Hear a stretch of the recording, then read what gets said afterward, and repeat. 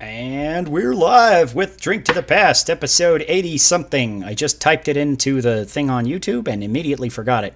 So, welcome to Drink to the Past. Hello, Internet. My name is Sean Michael Patrick Thompson. As always, your host of Drink to the Past, the only podcast where I drink a tree and remind you to share and subscribe to our content and ring that bell to get notifications every Friday when we go live. With the podcast. We are also available on other platforms, but they're only live on YouTube. And usually there's cool gameplay to go along with it, but my thing was not cooperating, so no gameplay this week. Sorry, I'll drink. I'll have to have a drink already for that, for my discrepancy here. Right. If you're drinking along at home, yeah. If you're drinking along at home, then there's that. Oh, I also forgot to start recording the audio version of this, so I'm going to have to repeat the ubiquitous opening monologue, so sorry about that. I'll have to take a drink for that as well. And then I will start... Is it live or is it Memorex? All right.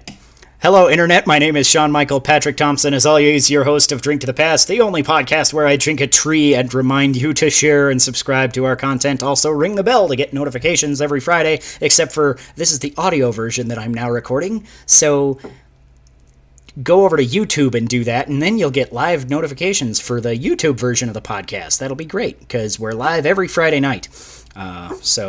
Yeah, always a fun time. Anyways, today I am joined by two very wonderful guests. We got Mr. David Wynn Nystrom returning once more. Yeah. And another guest who I have looked at your username 8 million times in the time we have known each other, and I have no idea how the hell to pronounce it. It's Usmania. Usmania. Okay.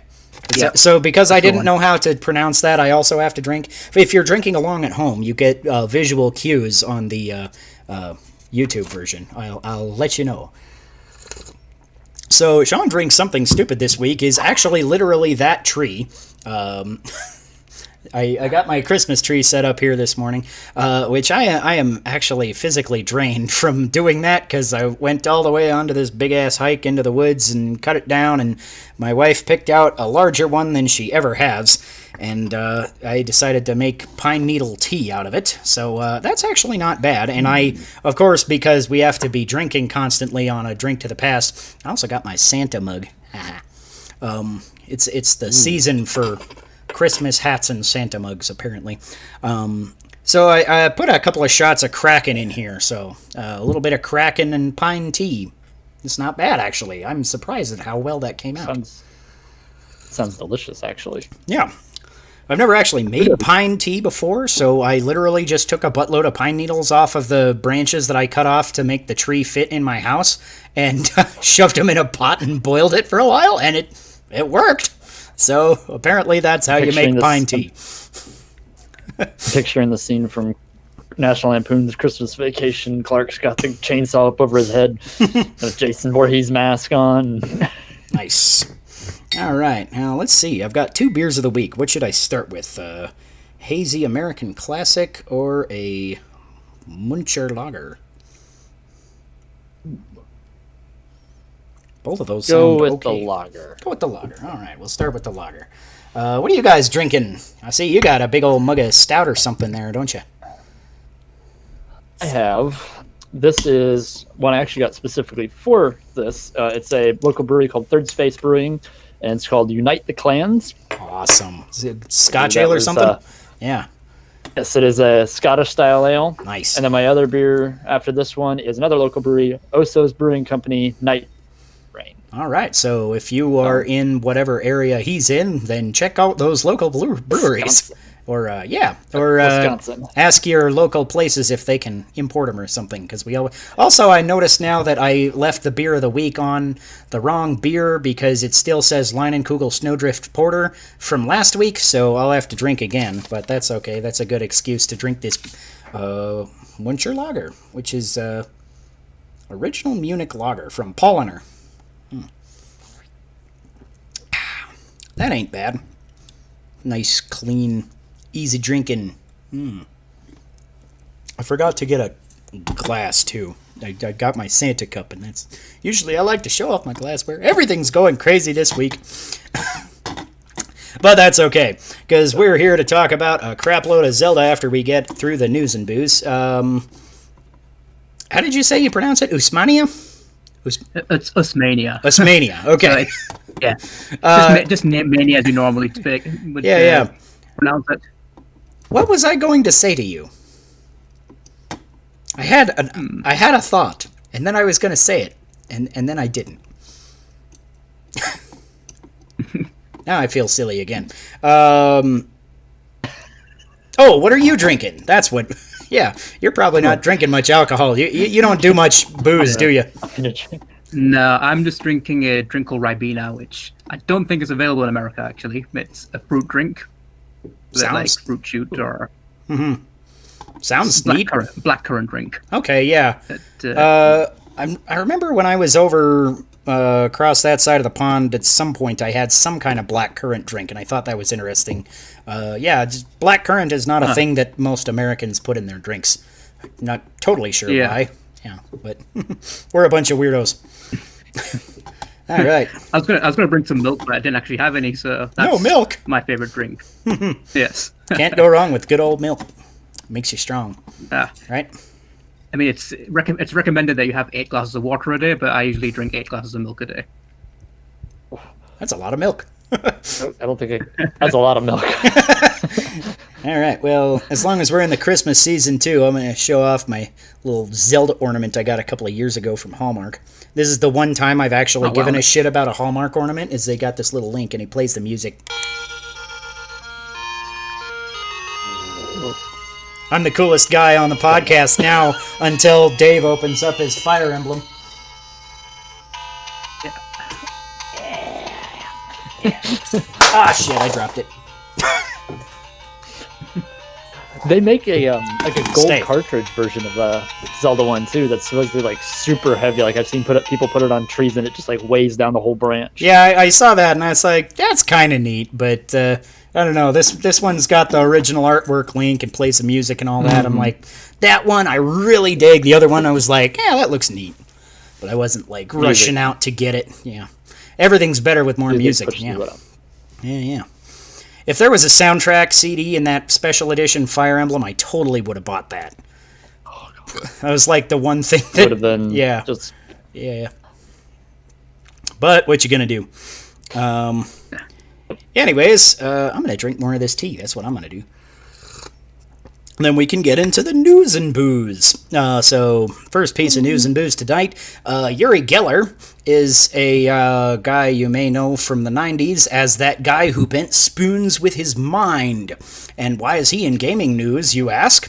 Well, because actually he won a lawsuit 20 years ago against the Pokemon Company and or Nintendo. I didn't read all the details, but basically he sued them for using his image and actually kind of his name, because the Japanese name of Kadabra, the Pokemon that had this bending spoons, is Young Geller, obviously taking from his name Uri Geller. So, and he made this big thing. He made a video and put it on Twitter and all that and just said, I'm sorry for being so stupid. I am releasing the ban on Kadabra on Pokemon cards now. So for the first time in 20 years, Pokemon can now print Kadabra on a Pokemon card. So I just thought this was such a weird-ass story that I had to cover it and talk about this. Yeah. I feel like I vaguely remember the lawsuit, but as a kid I didn't pay that much attention to that kind of thing. So I had no idea that we've gone 20 years without a Kadabra card. That's completely new things to me. Yeah. Because I have several Kadabra cards in my collection. I feel like that's one of those things that I heard once upon a time and was like, when I was on the playground trading Pokemon cards, and probably was like, yeah, that's not real, probably. Right. Never. It sounds like the kind of thing that would be made up, that the Spoonbender guy sued the Spoonbender Pokemon, but it's totally true. Every time I say Spoonbender, I think of like Avatar: The Last Airbender, where he's like, I'm spoon bending.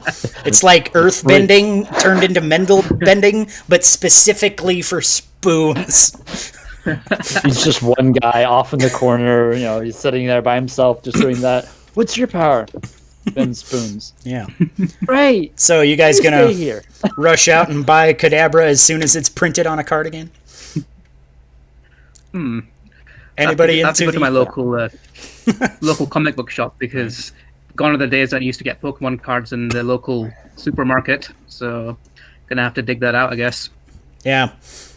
All right. My Next son piece. gets into Pokemon, maybe, but Yeah. My kids are into Pokemon, but they're also into bending every card that ever comes into their hands. So I'm like, we're not there yet. okay. I'm like, I keep all my magic cards on a very high shelf. I'm like, I got some expensive magic cards. You're not touching them. That's the other trait is card bending. It's funny that you mentioned.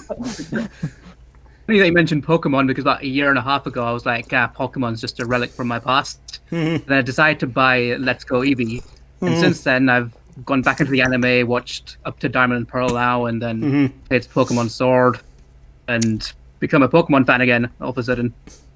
Yeah, funny how it all comes around eventually for most Pokemon fans. I know a lot of people who were like big Gen 1ers and ended up coming back for Sword and Shield, or even for Pokemon Go, which is kind of interesting.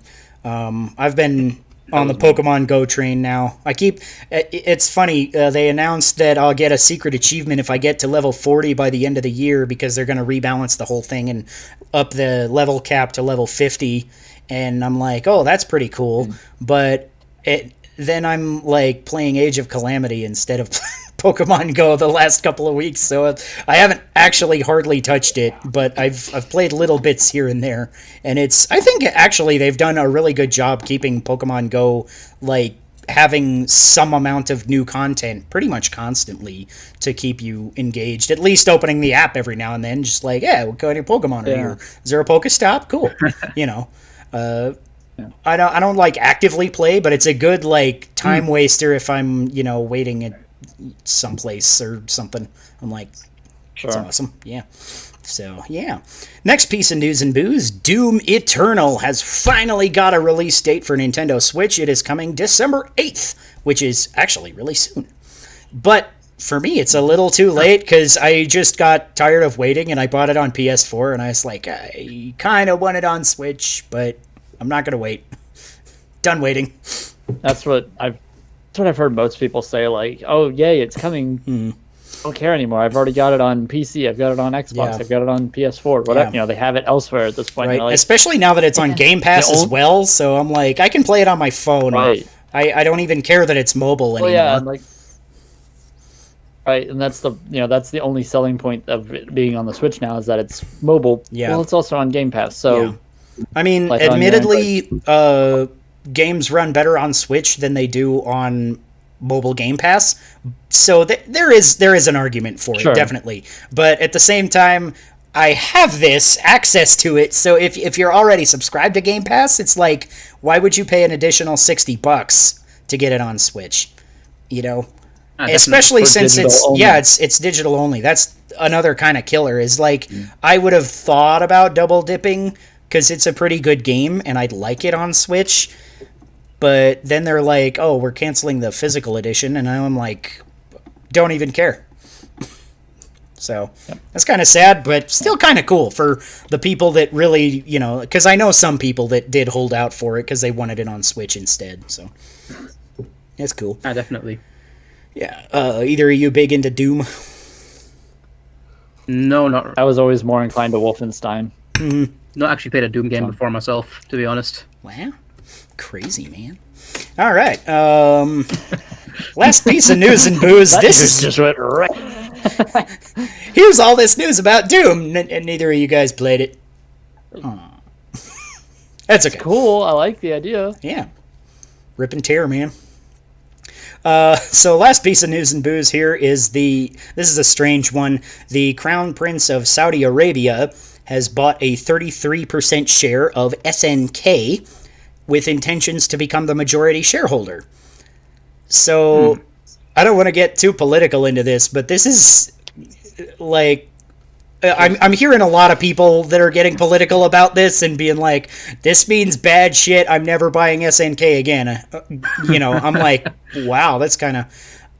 I mean, I don't really pay attention to their politics over there or anything, but it's at the same time, it's really weird use of fuck you money as a prince to just buy a video game company.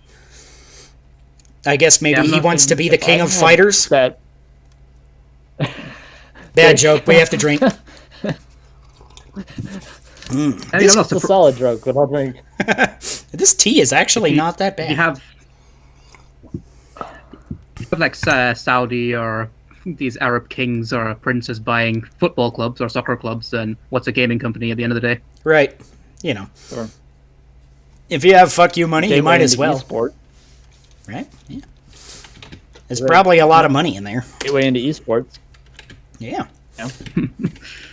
All right, so I guess that's all for the news and booze. I guess we haven't rated our drinks yet, so what do you rate that beer there, Dave? 3 to 17 is our scale of rating. This is a solid 15, 16. I love this beer. I've had it before. It's one of my favorites. Awesome. I dig a great Scotch ale myself. I bought it on a whim. Oh, yeah. I bought it on a whim a couple of months back and was like, this is amazing. I'm willing to buy this all the time. Mm-hmm. And it'd been a couple of weeks since I had some of it, so I stopped and picked some up tonight. Awesome. This pine tea and Kraken is surprisingly good. I'm going to give this a 14 on a scale of 3 to 17. What do you call your impronounceable British guy drink? Ribena. It's probably one of my favorite drinks, so I'm probably going to give it about a 14 or a 15. All right. Milk is a solid 17. Oh yeah, of course. You can't go wrong with milk. It's perfection. I do actually really like milk myself, so I'll drink to that. What kind of... I like milk in things. What kind of milkshake do you like? Chocolate milk? Chocolate milk, yeah, that's... Chocolate milk is the bomb. Banana's my favorite. Mm-hmm. Banana milk? Yeah. That's a thing we don't have here that I know of. Also one of my favorites. Mm-hmm. Yeah. I think I've seen banana milk. All right, and we'll get into our video game topic today, which is all the topics, which is all about Age of Calamity. Oh, yeah, actually, that's a great idea. Let's open that first. So for those of you enjoying our YouTube edition, you get to watch Dave unbox this sweet Fire Emblem Shadow Dragon Collector's Edition. Technically, it's a Shadow Dragon and the Blade of Light, because they can't have enough subtitle, right?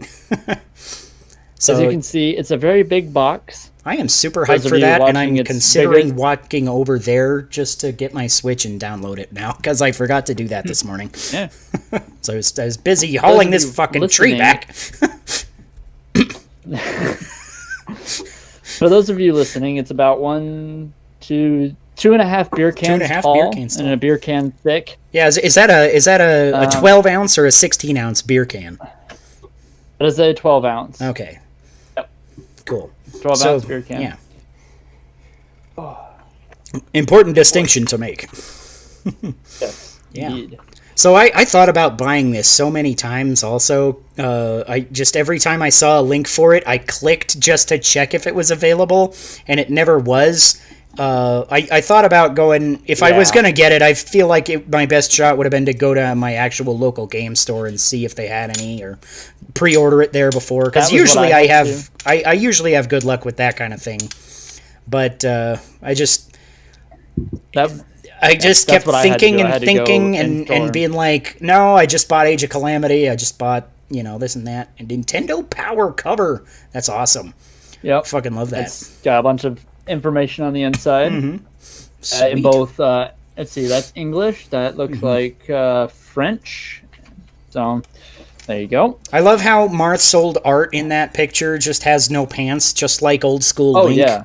Link has no pants Marth, in this. No pants. Yeah, no pants.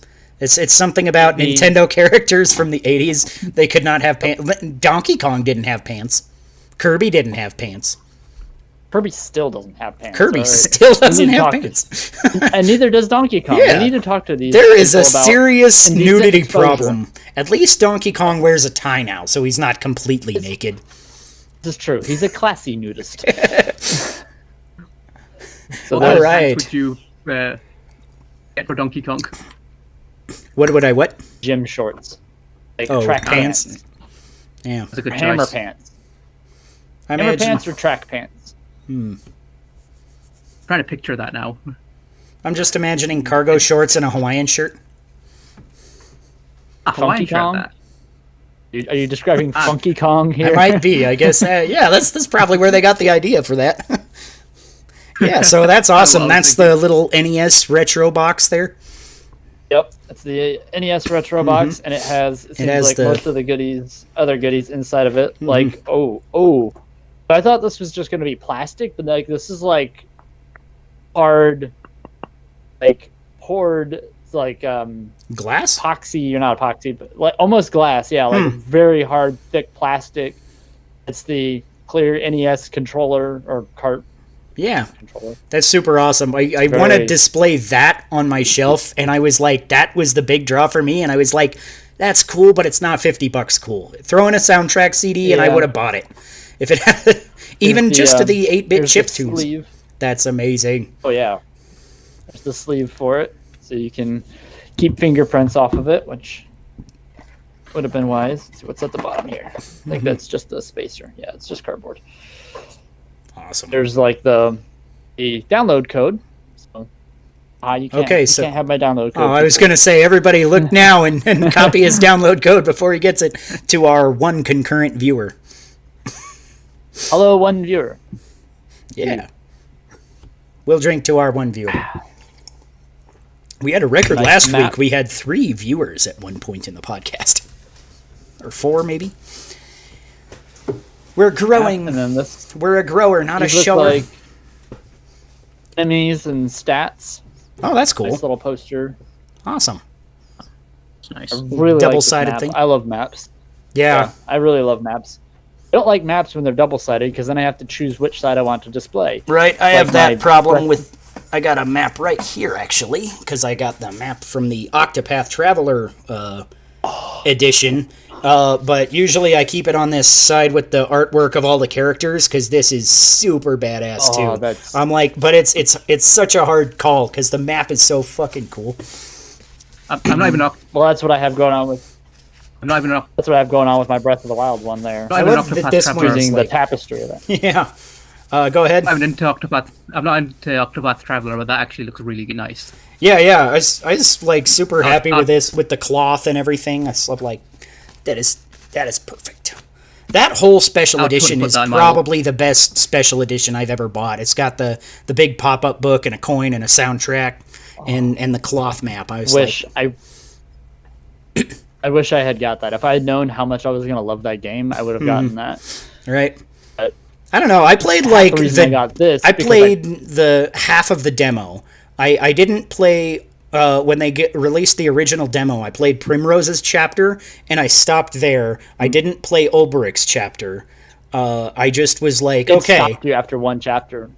Oh, did it? I thought you could Demo play. stopped you after one chapter. Okay, I thought you could play either no, one. yeah, you're but- right. You're right. You're right. Because Yeah. it was like 3 hours gameplay. That's Yeah, right, something like that. But I stopped after Primrose because I was just like, this is something special, and I got a gut feeling that this is going to be one of my favorite games of all time. And immediately when they announced this Wayfarer edition, I was just on the pre-order bandwagon. I'm like, okay, where is it available? It's on GameStop, it's on whatever. I ended up getting it from Amazon, which is weird because I never get video games from Amazon because I'd rather go to a store most of the time. But I was just like, I Sure. need this edition, and it ended up being like up in my top 3 games of all time. It's so fucking good. Best soundtrack of all time by far, too. I just love the music in that game. Oh, it's an amazing game. All right, so then this is the instruction booklet. For those of you who are too young to remember, instruction booklets used to come with games and would tell you facts about the game, how to play the game, and have amazing artwork in it.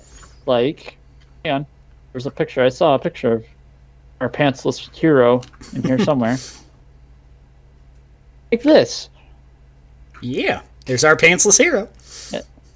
As well as all the other playable characters. Do any and of them have what pants? things look like. I can't see any of them past the waist. Okay, Well, this so- guy I kind of can. He's on a horse though, Okay. so that doesn't count. Okay, he's got to have pants on a horse. That would be awkward. Yep.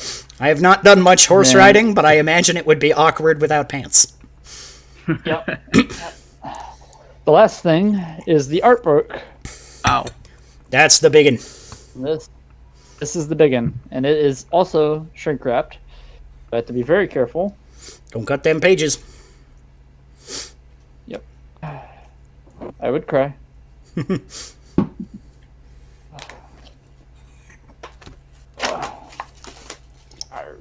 That on the floor. Ooh, listen to that. That's the sound of good quality paper. This has some very nice artwork of, it looks like all the characters, both like in their older styles as well as some of their updated styles. And that actually looks like it has characters from maybe later in the series even. Ooh, I am trying to see. Most of the characters from Fire Emblem Warriors game. Might be some of the warriors, yep. Like, so there's... I got the special edition of Fire Emblem Warriors. That was pretty cool because it came with like a 3 CD soundtrack with almost 100 songs. Nice. Ooh. That was a pretty cool one. Plus, like, this pack of art cards for the various characters that you could play. So that was pretty cool. There you go. There's right. the little mini unboxing. Yeah, exclusive here on Drink to the Past. That's our second exclusive unboxing. We had Crow unbox his PS4 the other day, or his PS5 the other day. So maybe maybe I'll get a PS4 and unbox that on the podcast here. I was gonna unbox my Xbox Series S on the podcast, and then I wanted to play video games, so I played video games before the podcast. So, you know, what you gonna do? You win some, you lose some. All right. Anyways, shall we get into our Age of Calamity discussion here? Raring to go. Let's go. All right. So, we're going to kind of go over every little detail about this, and I'm going to warn everybody who's watching right now, this is the big spoiler warning. So if you're not interested in hearing this sort of discussion, spoilers is literally in the name of the episode on every platform, so why the fuck did you click on it? I mean, unless you just wanted the news and booze. But if you just wanted the news and booze, we're done with that, so get out of here. Yeah, so Age of Calamity. Where should we start? Should we start with the story, gameplay? There's a lot of directions we could go right away. This is just a ton to digest on this game, I feel like. I could probably start off from my perspective, which is probably the tiny minority of them, and that I got absolutely everything I wanted from the game. I did not want a prequel for Breath of the Wild. I wanted a new story. Mm-hmm. Okay. So, but I know I'm probably in the tiny minority of people in that sense. Probably. Yeah, I'm okay that we got something different, but I feel like my biggest problem with the fact that we got an alternate story instead of a true prequel is that Nintendo kind of advertised it as a prequel. Like, part of the reason I bought this was on the hype that, like, the idea behind this game is, here's a prequel, shit's gonna go crazy, people are gonna die, you're gonna lose, it's gonna be a dark story, and because that's, I feel, what the trailers advertised, and I feel like they falsely advertised that. And I'm not sad with the story as it is for what it is, but I am sad that I'm just a little, like, kind of pissed off that they're, like, advertising something that is totally not what they sold me. When you market it as, it's time to hear what happened 100 years ago, and then show only clips of things that are plausible to have happened 100 years prior to Breath of the Wild. You tripped over your own words, you have to drink. Into the game and you realize, and then you get into the game, you realize that's not it. It takes a minute to kind of get past that. Yeah. I mean, that's fair and everything, and I understand that perspective, but I actually think it was a very good move by Nintendo because it kind of gave us a huge surprise at the end of the day that getting complete prequel to Breath of the Wild. But the thing is, we kind of already got that story back in Breath of the Wild. We got the cutscenes from before, and we kind of already knew the story for, I mean, as bland as it was, I'd say, in Breath of the Wild, but getting new things, getting new content, and just getting completely different story, I think, was what made it good. And for the record, I actually think that Age of Calamity is special because of Breath of the Wild and because we experienced the events of Breath of the Wild. I think that's what really adds to it. I completely agree. I think I have no problems with Age of Calamity. In fact, even once I finished it, I went ahead and I ranked them side by side, Breath of the Wild and Age of Calamity. And not too much surprise by me, I liked Age of Calamity more than I liked Breath of the Wild. Significantly so. All right. And well, sorry. Go ahead. And that's coming at it. That's coming at it from the perspective of I was expecting the prequel to Breath of the Wild because I wanted that story. I still want that story, honestly. But, and then we might touch on this later, but I don't think I'll ever get that story from Nintendo, period. I don't think they're ever going to give me that story. Yeah. It's just not their brand. That's not who they are. So when to go through my experience with the game, Chapter 5, when the future champions, when Teba, Sidon, Riju, and Yonobo showed up, I sat back and I was this close to putting the controller down and saying, okay, I'm good. Because it hurt. Mm-hmm. I kept playing. And I am so glad I did because I love this game. This is one of my favorite Zelda games of all time now. Absolutely. It is. Yeah. It did something. It was just that good to me. Mm-hmm. It felt like Breath of the Wild with a better story. It felt like Breath of the Wild with the story that I felt like I got robbed of in Breath of the Wild. Mm-hmm. Who has listened to the show a couple weeks ago, I was on here talking about that very thing. Right. So, real quick, I have a couple of comments here. Actually, kind of a little bit of a long couple of comments, so I'm going to go through these. This is from Javier Vasquez, commenting on YouTube. He's got an interesting take on this. I'm going to just read his comments so we can kind of see what we think about this. He's saying the story sucks when compared to that of Breath of the Wild. I mean, both the lore and the mythology are very inconsistent compared to the entire Zelda series. The events didn't make sense. Also, guys, seen a bunch of overpowered characters, both the past and present champions, fighting alongside Link, and Zelda pretty much breaks the lore in how many incarnations of Ganondorf are supposed to be defeated.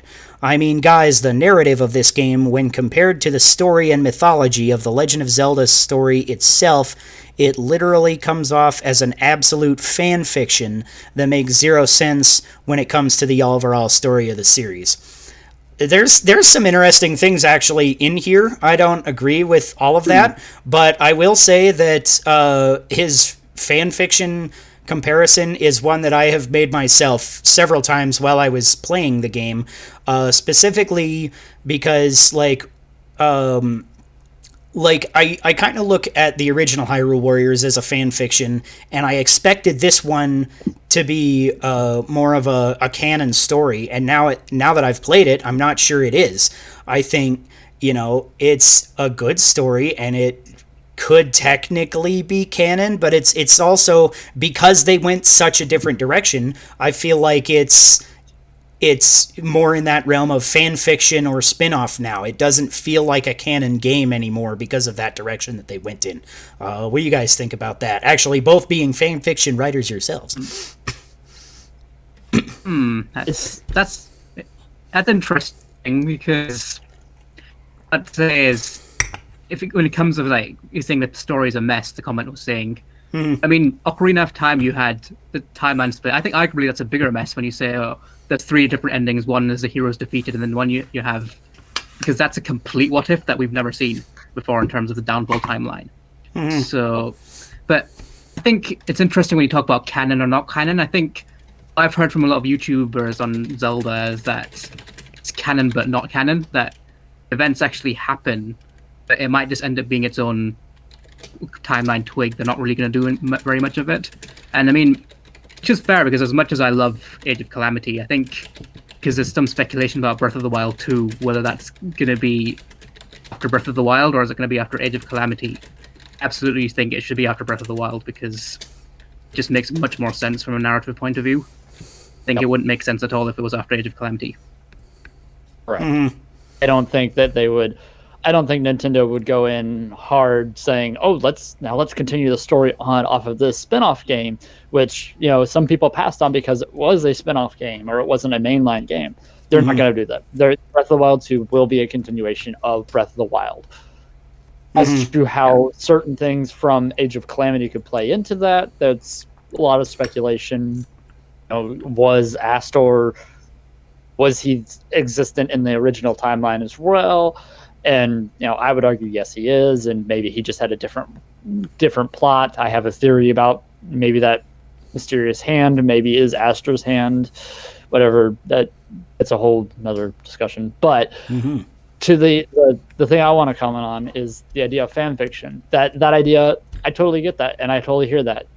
One of the bigger Zelda YouTubers, Nintendo Black Crisis, that was his take on it, was that it is a fan fiction story essentially. But, I don't think that's necessarily a bad thing.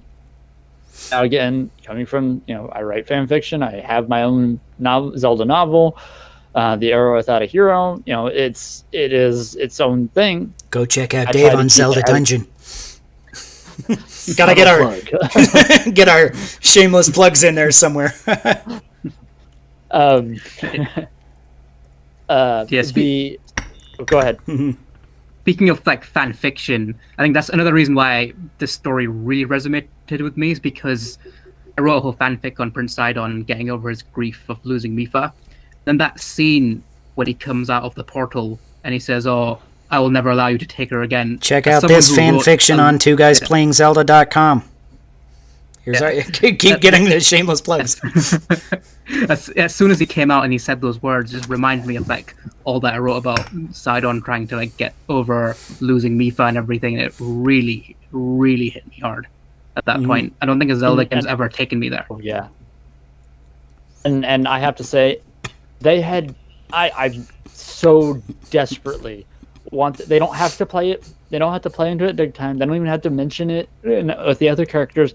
But damn it, let Sidon have those memories with Mipha from Age of Calamity in Breath of the Wild 2. When we go see Sidon, let him remember that in some way, please, God, because that is just, please. Yeah. I agree with you more. So we got a reply comment. It is named Hyrule Warriors after all, guys, not The Legend of Zelda. Thus, I feel Nintendo didn't make this game with the intention of it actually being an official canon story within the timeline. What do you guys think about that? Do you think that it automatically is not canon because it's Hyrule Warriors rather than A Legend of Zelda? Well, if you ask me, from my own perspective, Hyrule Warriors, the first one in my mind, is canon, despite what Ainuma said, because I think it's the most plausible way of explaining the timeline split and how it's all connected again. I mean, in my theory that I once wrote, it was that it's not Hyrule Warriors itself, the events that connected, that reunified the timeline, but it set up the events for later on, which sparked the reunification of the timelines. But in terms of Hyrule Warriors Age of Calamity being canon, I just feel that Nintendo have done a lot of marketing and they put a lot of effort in this game to simply just be a what if scenario, because the first time we got a demo of a Zelda game before. I haven't had that before, and all the trailers and all the anticipation and everything they've done, because it was supervised by Nintendo and Ainuma. But I just personally feel that they've done a game for it just to be a what if fan fiction story. That's my take on it. I think they will leave it as a what if story, but I think it's still canon and the idea of an alternate timeline. And the same way that the X-Men movies have alternate timelines because of Days of Future Past, in the same way that the Avengers movies now have alternate timelines because of the events of Endgame. These all, they're canon. They don't have to continue the story from there. But somehow both timelines end up in a really bad Dark Phoenix movie. How does that work? Because they got another try and they still fucked it up. Come on. Bad writing. It's okay. Now New Mutants will save the canon, right? What? I'm like the one guy that actually liked New Mutants. Okay, like I wasn't in love with it, but I was like, that was fine. That was a fun movie. I was like, not sad that I went to it. So. Haven't dove in yet. I'm now okay. Now that you mentioned timelines, I actually got kind of strong Dragon Ball Z Android Saga vibes, because you have the darkest timeline, which Future Trunks timeline, where everyone dies, the androids take over, and then you have going back in time, and then you have the main timeline. I think the difference here is going to be that in a lot of stories with timeline splits, it's usually the good timeline, which is where the story is continued, and then the bad timeline's kind of left aside. Here it's going to be the opposite. Yeah, that's a good point. I hadn't even thought about that, because my mind went to Fire Emblem Awakening, because I've been playing through that recently, and you know, that's another game where there's a timeline change. You know, Lucina goes back from the end of the world to save her father and save the world. There's again, you have a timeline split. You know, her history was the world ending, versus now fixing this and world not ending. Yeah. And we have the same thing here now in Zelda. You were mentioning before about the repercussions for the champion successors. I think Riju's story could take a very good turn, because I remember in Breath of the Wild, you can tell that she was really struggling with leading the Gerudo, and she's like, in her sleep, she's looking to Urbosa for help and everything. And I feel as if she's going to get that inspiration now, to be able to lead the Gerudo against possibly Ganondorf coming back in Breath of the Wild 2. So in that sense, her experiences in Age of Calamity might end up being instrumental in stopping Ganondorf, possibly. Well, I mean, reality, all four of them they grew out of that experience. You know, Yonobo was he was cowardly. He was a cowardly lion, and he gained some. He gained some by the end of his arc in Breath of the Wild, but I feel like Age of Calamity would really give him some courage. You know, Teba would learn to not get cocky. Not that he really did, and I'm sorry, but he has one of the best lines. Him and Urbosa have some of the best lines in Age of Calamity. The whole interaction with him reacting to how much of a dick Rivalli is. Right. I love how he's just like staring like, what do I even make of this shit? What the fuck? This is our hero? Who would think the Rito champion was enough? Don't. I mean, I was actually expecting a bit more animosity between Rivalli and Teba, because I thought it would be Rivalli be like, ugh, this guy's our successor in 100 years' time, and Teba's like, nothing too great about him. I never really expected Teba to be like, oh, I idolize Rivalli from the past, or in my own timeline. Yeah. Speaking of Rivalli, I was expecting to come on the podcast sometimes to be his staunch defender, because of always defending him on Discord time after time. And even the point when he was about to start a war with Link and Zelda, even then I was like giving him the benefit of the doubt. When it came to the Forest chapter, he was just kind of going on and on towards Link. Even at that point, all the champions were like, well, look, please shut up. I think even at that point, I was like, okay, I think everyone else might have a point here. I will say, I do like Rivalli. I don't hate him. Same, yeah. I like the character. I would punch him in the face or the beak if he ever talked to me that way, but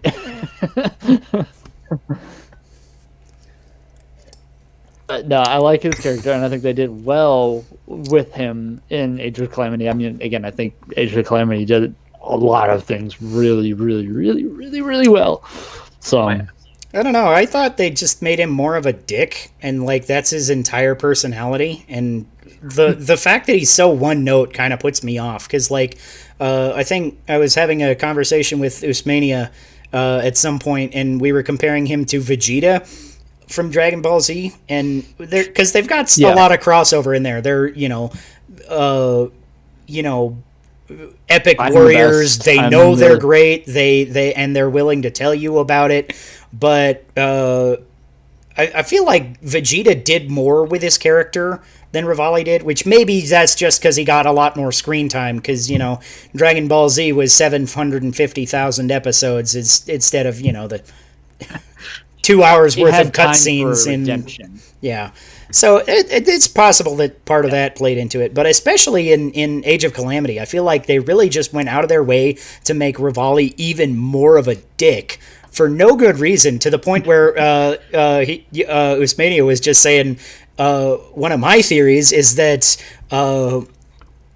he was actually out to start a war when they're coming up to meet Rivalli to ask him to pilot Divine Beast. And he's just like, oh, here's a random Hylian in here. I'm going to attack him. Even though it's clear, I feel that he knows Link at this point. He knows that is Link. He is attacking the Princess's Royal Guard. I'm pretty sure the Rito are not stupid enough to miss. They've got flying around patrols if they're getting attacked by monsters all the time. They fucking know that the princess is there, and they fucking attacked at his order. This cunt's trying to fucking start a war. Fuck him. Well, I think I flagged this up like a few days ago on Discord. Given that Link, I think he's been given a bit more of a personality in Age of Calamity in a way. Like when he's shown to be a glutton eating all that Goron food. I was thinking, well, to us as a player, he just seems very silent and not very talkative. But what if underhand he's the one who's just like trading insults with Rivalli, who's just like walking past him like, stupid bird, or I'm better than you. But then Rivalli's the one who's actually in the open saying stuff back. Link's lines are just happen all off screen, and he's really a clever wise ass. I can totally see that, frankly speaking. It's like the way it's possible. Like some, yeah.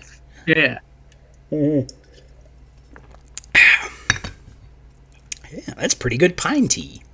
Who knew?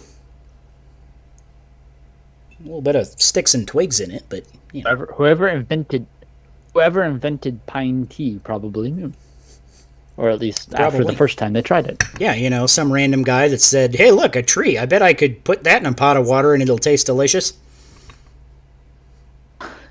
I wonder how foods and things came to be. And I'm imagining somebody putting a Korok in a pot now. Right. Yeah. Mm-hmm. Javier's back. Guys, for those of you who firmly believes this game deserves to be part of the canon timeline, how can you justify the Deus Ex Machina plot twist that Terako did to save the day at the end, when that has never been a thing in any other game in the franchise besides the original non-canon Hyrule Warriors game? Like, what's stopping future games from doing that to defeat Ganondorf every single time? Time travel has existed in Zelda ever since Ocarina of Time. Link going back and forth between his child era and the adult era could have affected things. There could be things that he did that affected things that created multiple timelines out of that. Oracle of Ages, every time you play the Harp of Ages, you're creating a new timeline potentially. So what Terako did in going back in time, when my wife and I were discussing this as we were playing it, it was like they're going to do this either one of two ways. Either Terako is stuck in an eternal time loop, and his and that if the game ended with the original ending, which obviously it didn't, or Terako stays in this past timeline and the rest of the world his original timeline just goes on without him. It's not a. It doesn't change the original timeline because he doesn't exist in that timeline anymore. He left there. He's gone. He's as much as we can understand time travel. He's just not there anymore. I don't know.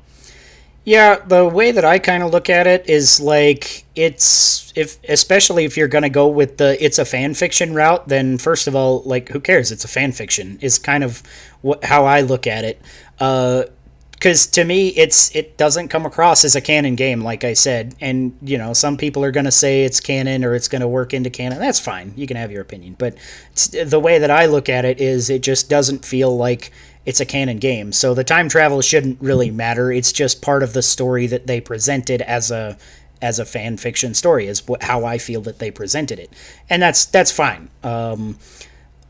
As far as the time travel thing, going to, go back in time and save everybody, it also had its different ramifications as well on this timeline, because it didn't specifically save the champions in the original timeline, like Dave was saying. Those champions are still dead. When we go to the Breath of the Wild 2, they're still going to be dead, right? So it didn't save those champions. It only saved the champions in the new timeline, but it also brought back the malice that infected the Tarako of the past, which ended up being the Harbinger Ganon later on. So I think for what they did with a time travel story, I think it was interesting. And at the end of the day, I think it has zero impact on the series as a whole. I take it for what I think it is, which is, non-canon. It's just a cool, fun story, and I'm okay with that. Well, and speaking of canon, there's certain things in it that you can look at as canon, non-canon, soft canon. Hard canon things are the characters, Urbosa, Rivalli, Mipha, and Daruk. They all existed as hard canon. Nothing changed there. Mm-hmm. Soft canon is, potentially what the inside of Akala Citadel looked like, what the Great Hall and Hyrule Castle looked like. These are assumed. This is a plausibility of, this is probably what it looked like. The ramp into the Great Plateau, the entryway into the Great Plateau. Yeah, plausible what it looked like. Go retrace the steps in Breath of the Wild, and you'll see ruins that, this kind of lines up with what was there in Age of Calamity. And then you get into the questionable canon, which at that point you're dealing with things that are in a different timeline. So what's it matter? If it's in a different timeline, it's not going to affect the main story. Breath of the Wild is not going to be changed by anything that happened in Age of Calamity. It doesn't. They don't need. They're separate now. They're their own things. Just like what happens in Majora's Mask doesn't affect what happens in the Wind Waker. Right. It don't matter. Yeah. They're not connected. They're completely separate events and separate entities now. Yeah. I'd actually like to bring up a very interesting video that I watched. I think it was either Nintendo Black Crisis or Zeltic, or it was either Master Nintendo Bandit. And basically what he was saying is that kind of sends a really good message that you look at if you compare both events and how everything played out. So in Breath of the Wild, it seemed to be a bit more division between the kingdom, and people were just doing their own thing, and that caused a bit of animosity, especially between Link and Zelda. And Zelda just did not like Link and saw him as a symbol of her failures. But Age of Calamity kind of showed more interactions between different characters. Hence, there was a lot more unity. So you never really saw Zelda grow an animosity towards Link and see him as a symbol of her failures. Especially when they show that scene when Urbosa talks to Zelda, tells her that, well, never compare your progress to Link. He's completely different to you and everything. That's what they were saying, that the moral of the story is that you talk things out with one another and things be a lot better, which was quite an interesting take. Mm-hmm. That's a damn good point. And everybody in the world, take note. Absolutely. Yeah. That's all I got to say about that. Yeah. So, what do you guys think about Tarako in general as a character? Do you think he was interesting? And did anybody else get really weird Anakin Skywalker built C-3PO vibes at the end of the game? That's totally all I was thinking. I was just like, how does this make any sense? How did you forget this shit? It's not how this works. Yeah, now that you mentioned it, yeah. I was wondering, like, why doesn't Zelda remember it? Well, then I assume that she just forgot. Like, I mean, how many things do you remember as a kid from when you're 8? Maybe not everything.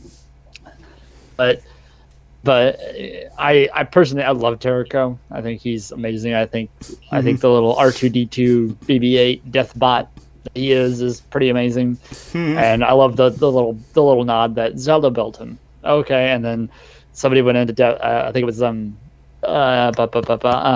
Commonwealth Realm went into detail on maybe like Zelda's mom, the queen, probably had a lot of input on how he was built, and maybe some of that, and it was and its purpose behind why he was built, and that's why it can play Zelda's Lullaby. Which when it started playing Zelda's Lullaby, that was one of the moments that made me just go, "This game is amazing."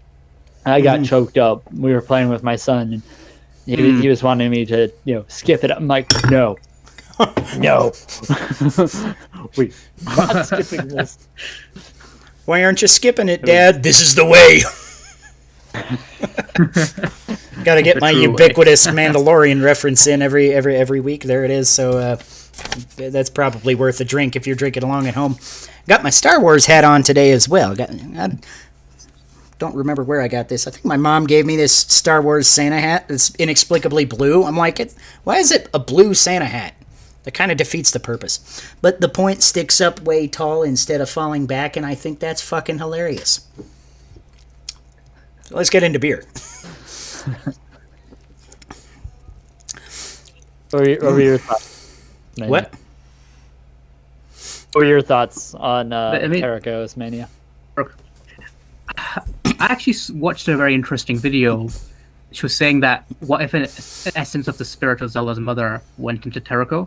It was kind of showing different scenes about, for example, when the king is kind of giving Zelda a hard time about getting her power, and then Tarako comes in and starts kind of trying to scold the king. And also when Link and Zelda are getting more close, and then Tarako comes between them. It's kind of like Tarako's being very overprotective of Zelda. So what if it's a part of Zelda's mother's spirit is inside Tarako? That's an interesting idea. Yeah, I kept thinking that too. I'm like, that's Zelda's mom. Zelda's mom's in that robot. Know it.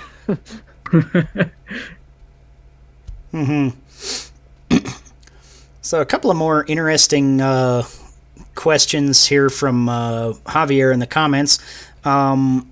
Kind of going, why, if Tarako was able to just do this magical time traveling, why didn't he just go back 10,000 years ago to the original Calamity and stop that? And furthermore, why did he only bring in the Champions recruits instead of future Zelda and future Link, who are even arguably more badass than them?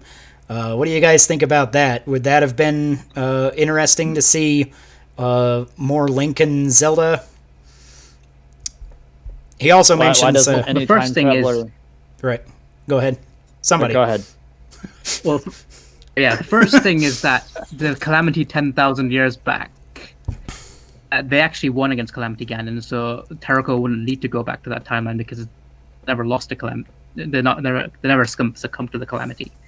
And plus, when it comes to Link and Zelda, say because before Age of Calamity was a thing, a lot of times they were saying that Link during pre-Calamity was a lot stronger than Link, the hero of the wild, because he's lost his memories and his combat's not as strong.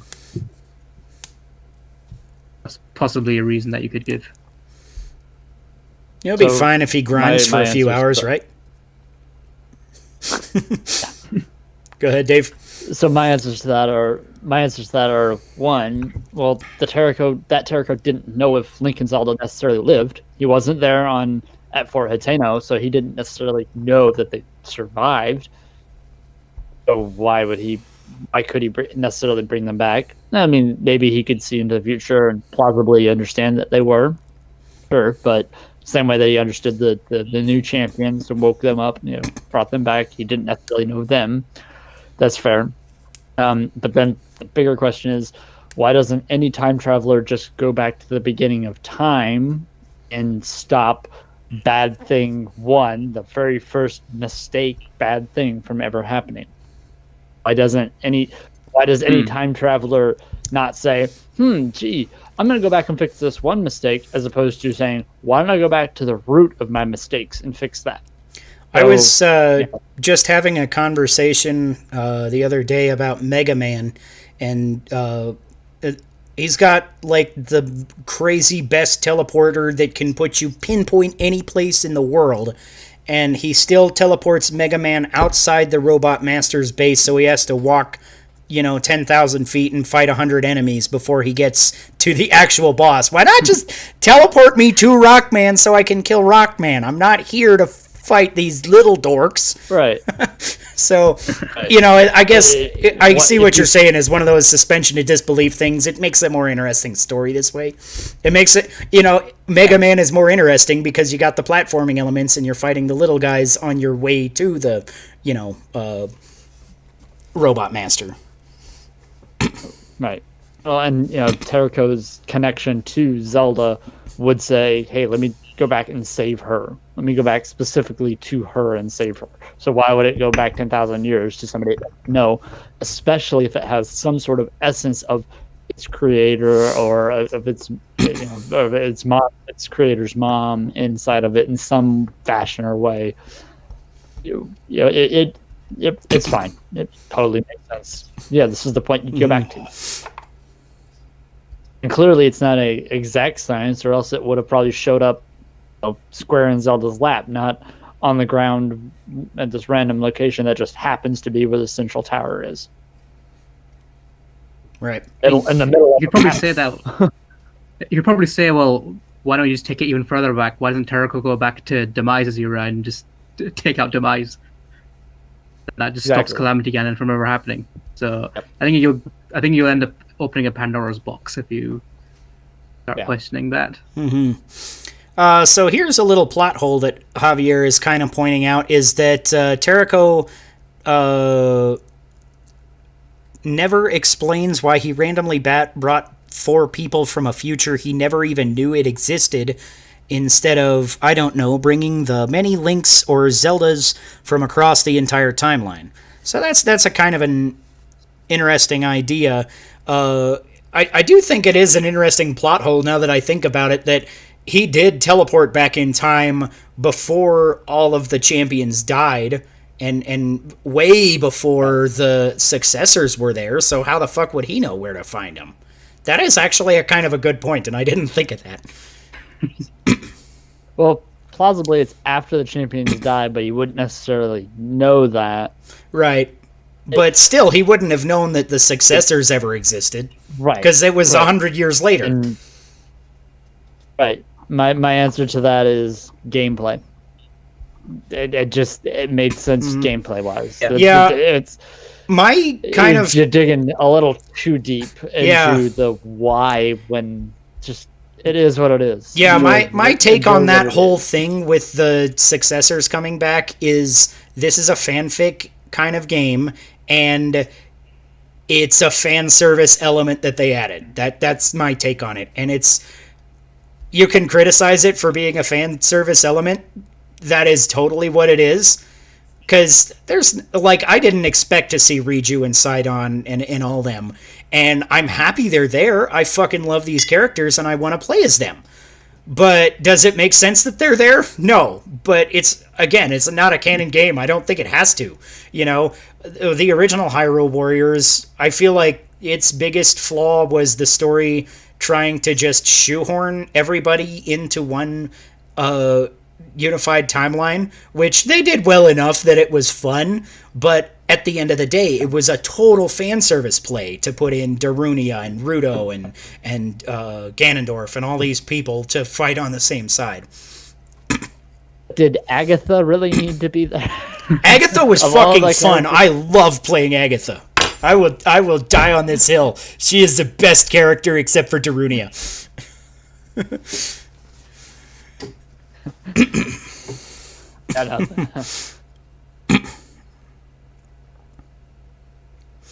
So he's saying Koei Tecmo basically used a plot device, Terrico, simply to enhance the gameplay. With this tiny detail right here, it proves that it can't be canon, which, if that's your take, then yeah, I agree with that take. I agree it's not canon, and I agree that it was just there to enhance the gameplay. But I don't think that's necessarily a bad thing. No, yeah, it's canon in its own world, just like Hyrule Warriors is canon in its own world. It has its own canon. Yeah. Even if you don't try to fit it in with the rest of the other Zelda games, it exists in its own world. Just like the CDI games have their own canon, the Tingle games have their own canon. Triforce Heroes should be its own canon. They're their own things. And they can be that because they made it the way they did. Hyrule Warriors is its own thing because it's its own thing. Whether or not it is the unifying the game that unifies the three timelines, or whether it's just its own thing. It's just a fun thing that they did. You don't have to necessarily take it as gospel. It's it's fun. I'm glad it exists, but it doesn't affect the main story. When it comes down to it, Breath of the Wild 2 is going to be a continuation of Breath of the Wild. And I really hope that they give Sidon those memories of his sister, because god damn, those were good. And just it works me up thinking about he finally has at least some memory, some closure, a conversation with her as an adult that he never got to have. And I'm sorry, but I want that for him. I want that for him. He deserves that. Absolutely.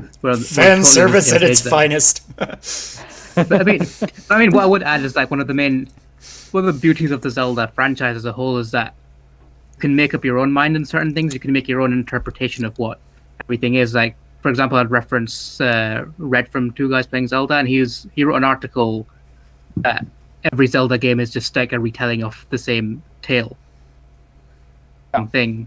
And even like Majora's Mask, it's either your interpretation, is it a parallel world to Hyrule, or is it just something that the Mask made, just a illusory world that Majora's Mask made from Skull Kid's memories. So that's up to interpretation. I mean, I still subscribe to the Link is dead theory. Yeah. I don't. It's, I know it's probably not true, but it's cool, so fantasy? I want it to be. Caught in a landslide. Or is it fantasy? No escape from reality. Open your eyes. Look up to the skies and see. Are we going to do this whole thing or not? Harmonize with me, damn it! I'm just a poor boy.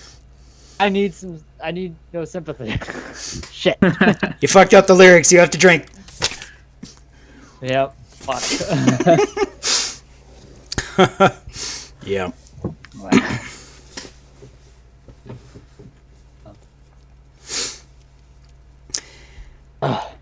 All right. So, what else do you guys kind of want to say about this game? What are your favorite characters to play? Because there's a ton of great characters in this game, and I feel like we could talk for hours. I fucking love Impa, actually. She's not one of my mains, but I like her. The other answer I would say is wrong. Impa is not my main right now because I'm trying to get everybody else to fucking level 74 so I can unlock Calamity Ganon. Spoilers. Oh, fuck. Is that what it is? Damn it. I keep hearing that is the one spoiler that I was not spoiled on, but now you've spoiled it, and now I have to drink. I kept hearing that there's another secret character, and Beyond Terrico. And I'm like, Ganon. Is it true? I'm not going to click the link, so I don't know. But that's fine. We're in a spoiler discussion. There was a warning at the start. So my thing was, I didn't look up spoilers until we beat the game, And then I was like, all right, who else is unlockable? Because specifically in the levels where you're playing on the Great Plateau, Purah and Robbie, and the Fort Atano, Purah and Robbie are running around, and they have health bars. To me, that screams they're a playable character. You can see them. You can whatever. And so I am, hoping that for DLC sometime I would fucking love, because I love both of their designs now, and Purah is one of my fucking favorite characters of the original Breath of the Wild, and I'm just like, yes, oh my god, seeing her young is just so cool. I love her character design. I love just everything about her personality. She's awesome. Isn't she like arguably the smartest character in Zelda history? Or at least one. It'd be debatable between her and Robbie, I think. I don't know. You don't think Tingle? I would say maybe Princess Styla. I think the hand in the toilet. This guy. Yes. Paper. Look, I'm cosplaying. Oh my god, that is the best cosplay I've ever. Just get a fucking cardboard box and just walk around with your. I'm doing it. That is my next Halloween costume. Yeah. Anyways. Yeah, so I totally main Daruk. Daruk is my man, because I just fucking love Gorons anyways. Like, right since Ocarina of Time as a kid, I was just, like, in love with the idea of being a giant dude that sits in a mountain and fucking eats rocks all day. I'm totally into this. I'm like, Daruk is my spirit animal. I want to... I just... I just want to sit around eating rocks all day. Is that so bad? But, I really love... I do like Impa as well. Her moveset isn't as close to my playstyle, because I like the big, giant, heavy characters. So I also love playing King Rome a lot. I like them. King Rome. He's fun. I think he's got one of the more unique abilities too, because I like that they mixed up everybody, giving everybody the ZR ability to be a little different. And some of them I feel like are just like, this is a boring ability. Like Rivalli is just like, look at me, I fly in the air, and now my moveset is better. And it's like, why didn't you just have a good moveset on the ground? Then you wouldn't need the unique ability. It seems like a weird design. Or like Link with the bow and arrow that's basically worthless. Like, I never use that as Link. Use that all the time. Oh, really? Because it'll instantly take an entire wedge out of somebody's like their break bar or whatever you want to call it. I use Lionels all the time. Like especially if I'm like jumping back to dodge one of their big AoE attacks. Like, I'll just jump out of the way and just hit him with the bow and arrow for like 2-3 hits, and then I'll rush back in and attack.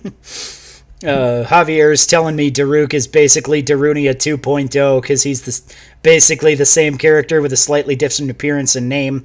If you played the original Hyrule Warriors, they do play similarly, but differently enough to be distinguishable and unique. Because I was a little afraid that he would feel too much like Darunia, because Darunia was my main in that game as well.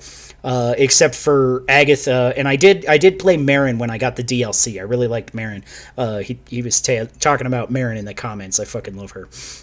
But with Daruk, I really think he's got. I don't think his is as cool as some of the more unique ones, like Impa's Shadow Clone Jutsu is cool.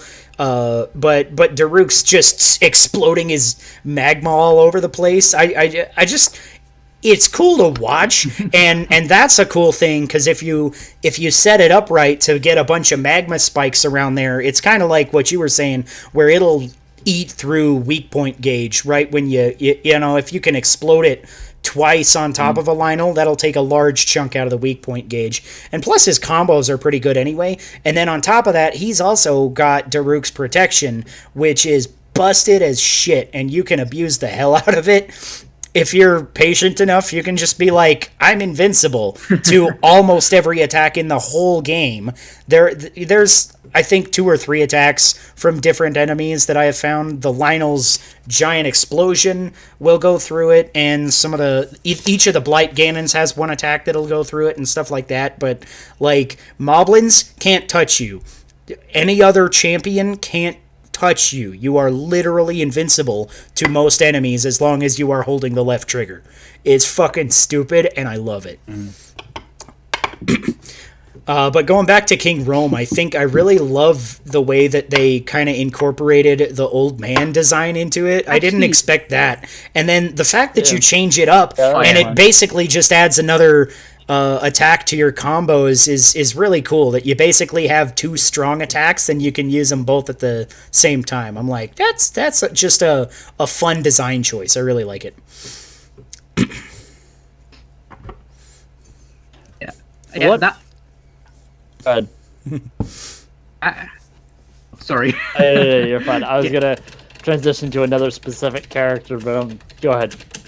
Yeah, with King Rome, I actually stumbled upon his other design from Breath of the Wild, so I was like, "Oh, that's cool." Mm-hmm. The woodcutter. So, what are thoughts on the Great Fairy, or the Great Fairies? I think it's hilarious that they're here. I did not expect to unlock them. Like, when I was doing the fairy fountains, I'm like, I wonder what I'll get. Maybe it'll be a gear upgrade so that I was thinking, like, the clothing that you can get in the game would actually have maybe some of its effects or something. I thought that could be cool. And then it's like, you unlock the Great Fairies as a playable character. I'm like, what? I just did not see that coming. I'm like, and I tried them instantly, and they just do not fit my playstyle. They're like, I feel like if you get good with them, they could be really good, because their swapping ability is a little different than King Rome's, so I just couldn't quite get the swing of it. I'm like, I feel like this is too technical a character for me. When I'm playing a Warriors game, I don't want a technical character. I want a big, meaty guy to bash shit with a hammer. That's what I have played in every Warriors game I've ever played, is a guy with a giant hammer or a giant ball of chain or a giant, Daruk sword, whatever. I'm just like, who's got the biggest fucking weapon? I'm going to cleave through 1,000 guys with it. Actually, in Dynasty Warriors 4, you could customize your own characters. So I had this like little tiny Asian girl with like the fucking anime hair and shit, and the biggest weapon in the game, and I'm swinging around this ball and chain like the size of Link's in Twilight Princess, probably bigger than Link's in Twilight Princess, is one of the weapons you can unlock in that game, and it was so much fun. That was awesome. No, my wife tried the Great Fairies on one level where I had to be Mipha or Sidon, because she loves Mipha. Like, Mipha's her. She's gonna pick Mipha every time if she can. I've told her she's not allowed to because we have to level everybody else up. But she loves Mipha, but for whatever reason she couldn't be her. So she's like, fine, I'll try out the Great Fairies. And she was like, I'm done. No, never again. Never again. And I'm like, all right. Speaking of Mipha, I think she's absolutely awesome as a character. Probably my favorite champion of the 4. Just so agile and so quick, and then just is able to destroy so many enemies at the same time. Well, that's the point of the game, but yeah, even compared to like Sidon, I think Sidon is good, but not as great as expecting.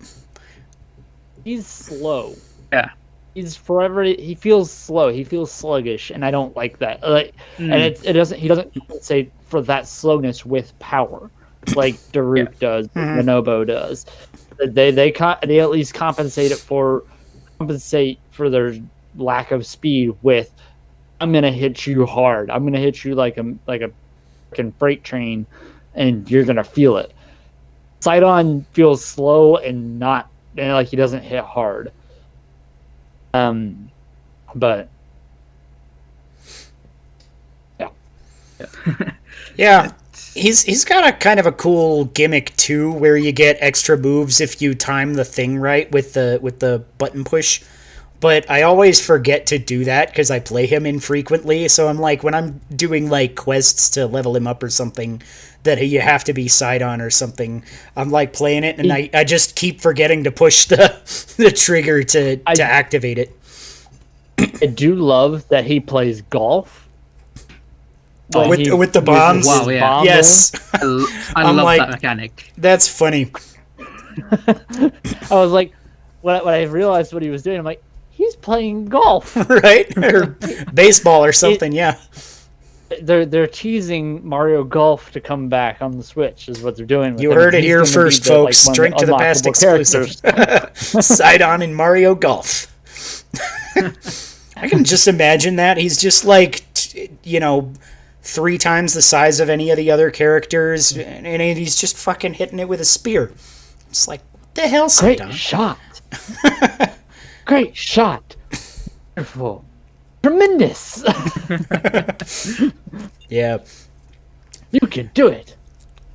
I really want to read you because she's one of my favorite characters. She is my favorite character in Breath of the Wild as a character, but her moveset is just okay. And I'm like, because some of it, all of her moves are cool, but some of them are like the lightning thing where you keep spamming the button and it keeps making more lightning is so hard to control when you're next to a guy. I'm just like, can you please just stand fucking still and do it?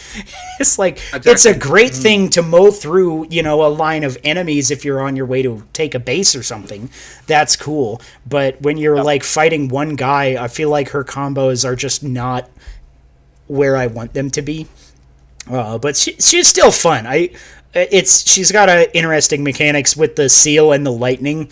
So I like a lot of the ideas, weird. But it's hard to get a hold of. Yeah, it is a little weird. I got good with her just because I fucking love her as a character, but if I didn't love her so much as a character, I would not have put in the effort. What about old Maz Koshia? That was also hilarious because I did not expect to have him as a playable character either. I was just like, that so far is the one that took me by surprise the most, actually. I was just like, Maz Koshia? He's just this random monk from a DLC that I just never in a million years would have guessed him, even as a DLC character. I never would have guessed Maz Koshia. But then here he comes out, and I do all the quests, and he's like, he's neat, but again, it's just one of those things where it's not my playstyle. He creeps my wife out with his the voice. Kudos to the voice actor, but this whole voice thing, the echo that goes on with it, it creeps her out, and she's like, "You cannot play him when our son is awake. You're gonna give him nightmares." And I'm like, "He'll be fine." I also love that he just randomly will make one of his combos makes a shrine appear randomly in the middle of the battlefield. I'll do that move, and then my wife is like, I can't get through. I did it on Death Mountain at one point, and it blocked off one of the pathways, and she couldn't get through. Mm-hmm. How did we find Astor as a villain? Underused. I was gonna go there. Underused. He's a cool design, and I was really into him at the start of the game, and then at the end of the game, I was like, he didn't really do anything, did he? Oh, he didn't. He was neat, but he just kind of showed up and was like, I'm going to take Ganondorf's power, and fucking Suga was like, that's not a good idea, you're gonna get fucked. And then he did. That's all bad idea, man. It's like, of all people, Suga just was like, hey, no, this is dumb. Speaking of which, I fucking also love playing as the other Yiga dude. He's so funny. Oh. Oh God, what's his name? Koga, Master Koga. That's it. Okay. Oh yeah. We couldn't remember, so we have to drink. I'm playing as him. Mm-hmm. That's a drink. Yeah, he's just hilarious. I'm not very good as him, but he's so funny, and I'm just like, I have so much fun, even though I'm not good and I don't remember which combo is which. I'm just like, I'm gonna do it because it's hilarious. But back to Aster. I love Aster. His voice actor is amazing. Oh, yeah. Like, his presence when he's on screen is great. The problem is, he got more underused and shafted than Zant did in Twilight Princess. And that's one of the biggest critiques that I see all the time about Twilight Princess is that, well, Zant got screwed, Zant got underused, Zant got whatever. Aster takes the cake now as far as underused villain, because at the end of the day, it just felt like he was just there to be fodder for Ganon at the end, absorbed into him, which was one of the coolest scenes I've ever seen in a Zelda game, in a video game. Oh yeah. But I really hope that, and again, to go back to Breath of the Wild 2, I hope that they acknowledge that Aster existed, let Aster exist as the original prophet who said, hey, Calamity Ganon is coming back, there's all these ancient tech underneath the earth. Let him be that character. Let him be that. And that's more or less what it's alluded to. And the Japanese translations of it come out to be more or less saying, yeah, this was him. Because it's the same word, the same exact word for prophet or whatever it is in Japanese. It's the same that they used in the original Breath of the Wild description of that character. I hope that's still him. I wish that's who he is, but he was so underused, and just it let me down. That was one of the points that let me down in Age of Calamity, was that Aster didn't. He was built up in the trailer. He was built up at the very beginning of the game, and then you don't see him enough. You don't get enough of him outside of like one scene, a couple battles here and there. It's just something. It's kind of got sidelined, I felt like. I think that's completely fair reflection on Aster. I mean, expecting more from the character. I was getting this Spammer Man just said that kind of flattered to deceive. He was set up to be something very big, something very novel in terms of a Zelda villain, but then kind of just fizzled out by the end. But also, I'd like to point out how awesome was Calamity Ganon's design in this game. I dig it. I thought it was pretty cool. Amazing. It's almost like, and I hope that serves as an inspiration for what Ganondorf, Calamity Ganon 2 and Breath of the Wild 2 can kind of look like, or kind of be like. Almost look like Demise, actually. Now that I remember it. Yeah. Real quick, I'm going to review this beer because I am almost done with it now, and we keep talking about awesome video games instead of beer. So, hold on, beer break. So this is the Paulaner Muncher Lager. I'm not sure if I'm pronouncing that right. I'm not a German guy, but Paulaner. Most of the things that I've had from them, I've had several of theirs lately, and they've all just been okay. And this one's actually pretty good. It's a nice, easy, crisp, clean, just lager. It's fine. So I'm gonna give that a nice 13. Not overwhelmingly amazing, but that's a fine beer. And then, real quick, I thought we had an interesting comment again from Javier, who's saying he was in regards to Aster. He was well voiced but terribly written compared to Vati, Girahim, Demise, even Onox and Varen from the Oracle games. He is a nothing villain. So, what do you guys think about that? Where do you think he ranks among Zelda villains? Could have been better. I'll second that. Could have been better. He was, because he's so underused. Like, they didn't give a background. They didn't give an explanation of why or where he was, where he came from. They literally just say he's from a certain village in Hyrule. Right. He was underused. Again, that's my biggest problem with his character is when he was on screen, it was captivating. I was interested. I wanted to know more. They never gave it to me. Right. And sidebar, beer, I just finished number 2. I'll give it a 12. Not as good as the first one. Slightly higher alcohol content. At least it gets you drunk. Yes, at least it gets me that fuzzy feeling right here. But back to Astor, yeah, he just, as was presented, very subpar, not good enough, wanted more. What did I anticipate? I anticipated a lot more. I wanted more, and that was, in all the areas that this game excelled, that was one of the few that it just missed the mark on. Yeah, for me, I almost want to rank him near the bottom, not because I hated him, but because I just didn't feel anything, right? Because, like, through the entirety of Skyward Sword, I was just over Girahim's character. I did not like him at all. I was just like, you're just an annoying little shit. That's all you are. But at the... Perfect impression there. I'll drink to that.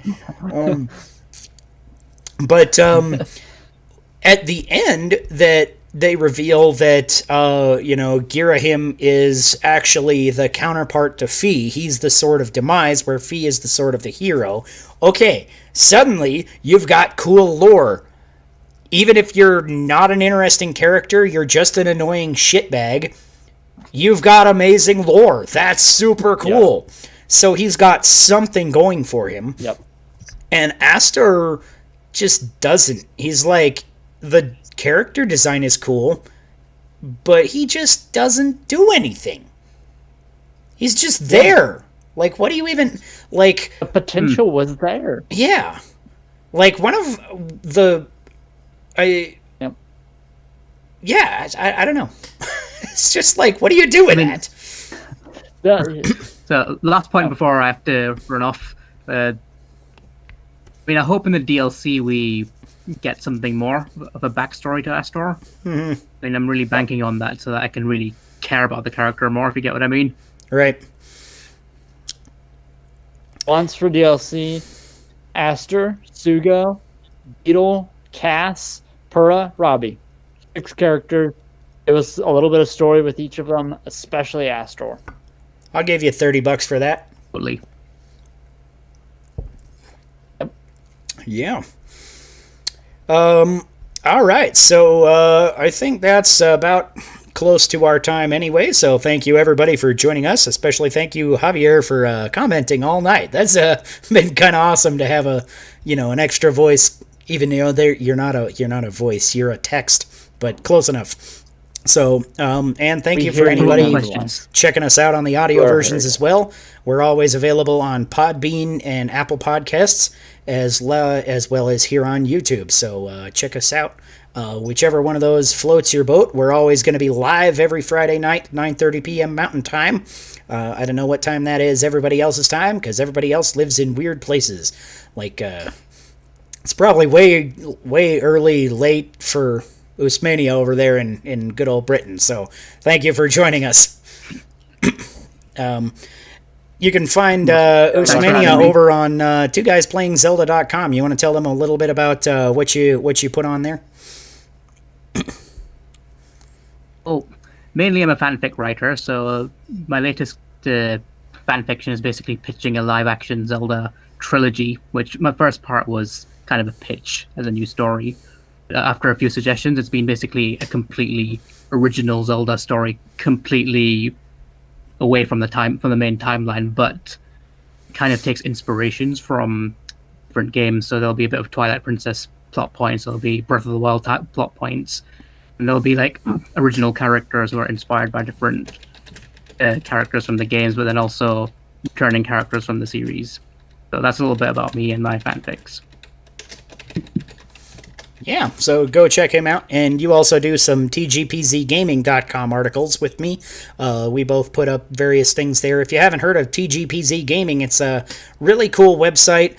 It's got literally all sorts of gaming merch from around the web, all organized into one place. So you can go and check out different, glassware and, collectibles and clothing, different, just all sorts of cool gaming merch, and it's all organized into one place. So you get more than you get at your average like single retailer, because it's all organized in one place, and you can easily add it to your cart through their tgpzgaming.com. As well, there's a blog there that I do writing for sometimes. I'm working on an Age of Calamity review right now, which will be up there in the next few days, probably, hopefully, if I get around to it.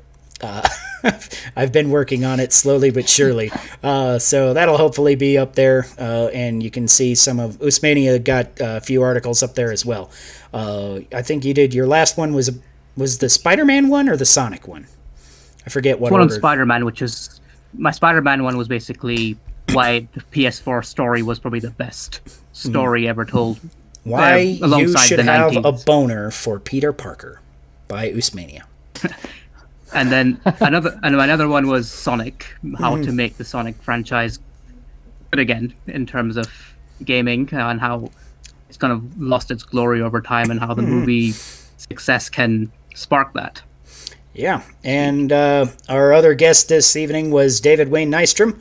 You can find him over on Zelda Dungeon as well as other places. Is your book actually available yet? No, I'm working on something. Okay. I'm working on it. All right, that's fine. But go ahead and plug yourself anyways. You can find me on Twitter at DaveWayne09 or at Zelda Tewa, which is the acronym for The Arrow Without a Hero, which is my fanfic novel, which takes place between Ocarina of Time and The Wind Waker. You can find me also over at, Sean said, over at ZeldaDungeon.net. I write articles over there most of the time.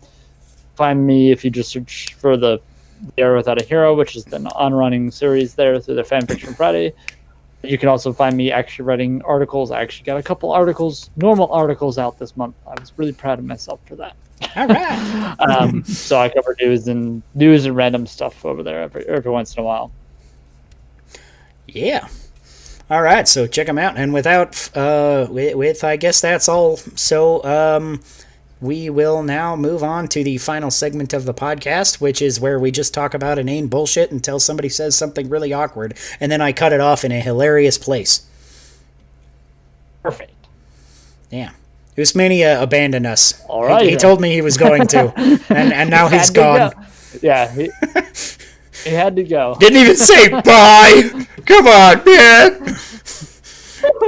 I guess I opened this other beer, though, so I have to review that. So this is Boulevard Brewing Company, is a local Colorado place here, and that's they make pretty good stuff. This is their unfiltered wheat, says Hazy American Classic. Mm-hmm.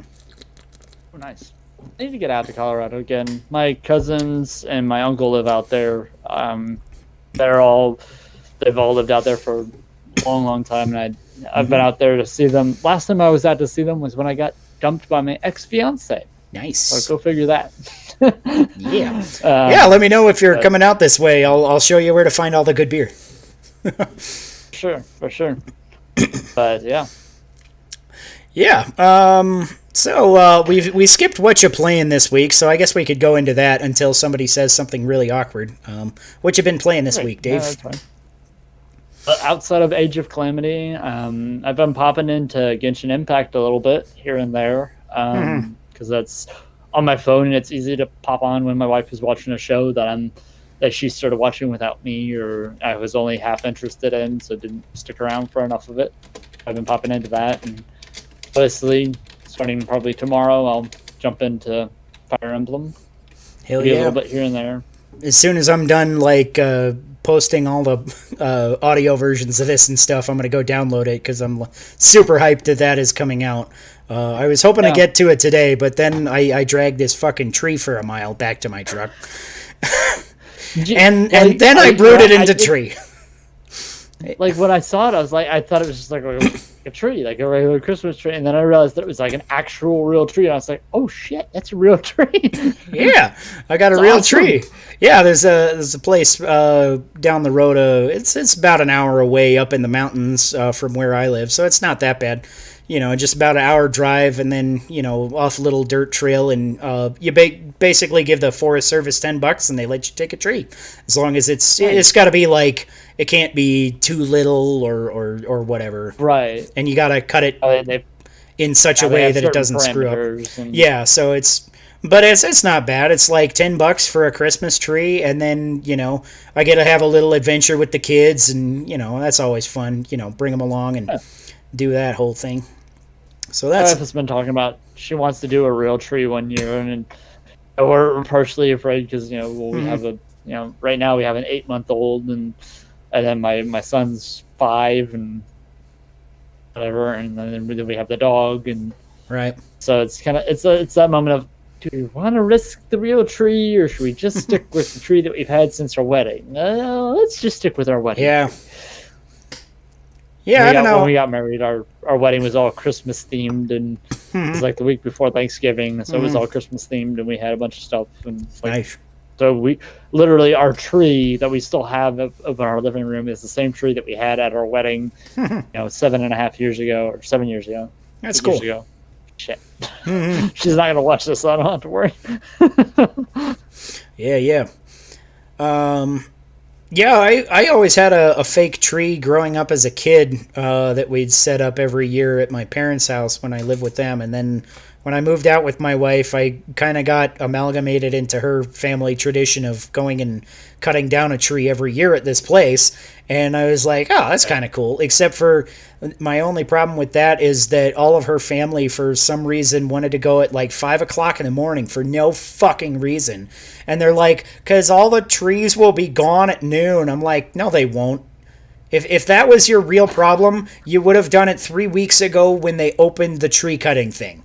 Right? You waited 3 weeks in to do it on the Saturday that works for everybody's schedule. If you were that worried about it, you would have done it 3 weeks ago instead of this day. The time of day makes negligible difference. Of like, you're just making excuses. Yeah. Which I don't mind, because I'm outdoorsy enough that I like the idea of going and having a little adventure and cutting down a tree and shit. Sure. So, yeah. I'd love to do that. Although we got a much bigger tree than we usually do, because this actually is about half the size it was. Maybe a little. I cut off the bottom end of it so that it would actually fit in our condo. So it was a pain in the ass to drag a mile back to my truck. I'm guessing it was close to a mile. I'm not sure, but it was long enough that it was a pain in the ass to drag this. I don't even know how heavy this tree is, but it's by far the biggest and heaviest tree that we've got at this place. So it's like, why did is your condo at least on the first floor, or is it like up? It's carry it up some steps. We're on the ground floor. We're actually down a little bit. So actually, and I've got like this little patio yard kind of area in front of my. So as soon as I got in, I was just like, I'm not dragging this down the stairs, and I just heaved it over the fence. I'm like, good enough. Man solved. Somebody get the dog out of the way. Yeah. So. Yeah, that was a fun adventure. So this hazy wheat beer is actually not too bad either. I'm actually impressed. I've liked every drink. Usually I have at least one drink that I'm just like, why did I do this to myself? But this week I've actually had 3 for 3. Actually pretty good drinks. Very nice. Yeah, I didn't get a chance to show off my mug. Oh yeah, awesome. You can actually see. It's customized. Somebody, my little name on you stole it from some guy named David? Yes, that's exactly what happened. Yes. Yeah. No, that's awesome. You were gonna write that. We're gonna write that there beer. I'm gonna give that a 14 on a scale of 3 to 17. So that's not bad. Yeah, that's pretty solid. Yeah. Take a peek at this art book again. I didn't get a chance to really look through it. Oh yeah, his art book. That's definitely what he's looking at. Art. Yes. I'm looking at my penis and I'm watching porn on my phone. Interesting. I cut it off right there. No, that's not awkward enough. That is. That's perfect. I couldn't have planned it better. That's awesome. Awesome. Sweet, man. Yeah. Oh, shit. That was a good podcast. Right. That was fun. Yeah, that was a lot of fun. Yeah. I actually legitimately have to go take a piss. That is an amazing map. Like, fuck, I love that map. The whole collection is just so cool. I use the coin. I keep it in my dice box when I play D&D for if I need a coin flip for D&D or something. So the coin is one of the coolest things too, because it's super. Yeah. It's kind of hard to see on there, but it's like the whole thing is embossed too with the king head. I got it. I got one of those with the Zelda. Hey, it's right here. That I got it. Yep. The funny thing about that is I actually have it. I got Breath of the Wild on the Wii U. Oh yeah. I don't have it on the Switch. I don't own it on the Switch. Wow. When I pre-ordered that and traded it to one of my buddies who was getting a Switch at launch, because I was on the skeptic side. I wasn't getting a Switch at launch. Right. And so me and him worked it out to where I pre-ordered the Switch version with the deluxe. Nice. With the deluxe edition, and he got the Wii U. He pre-ordered the Wii U version, and then we swapped copies when I got it. Awesome. Now, apparently, my mom has bought me Breath of the Wild for the Switch, but she also got a digital download code, and I don't want a digital download because I don't want to need that amount of memory on my Switch. So I'm debating what I'm going to do with this digital download that my mom spent $70 or almost $80 on because she got it with all the DLC, and I'm like, thanks, Mom. Yes. Shit. What do I do with this? Start a YouTube channel and do a giveaway or something.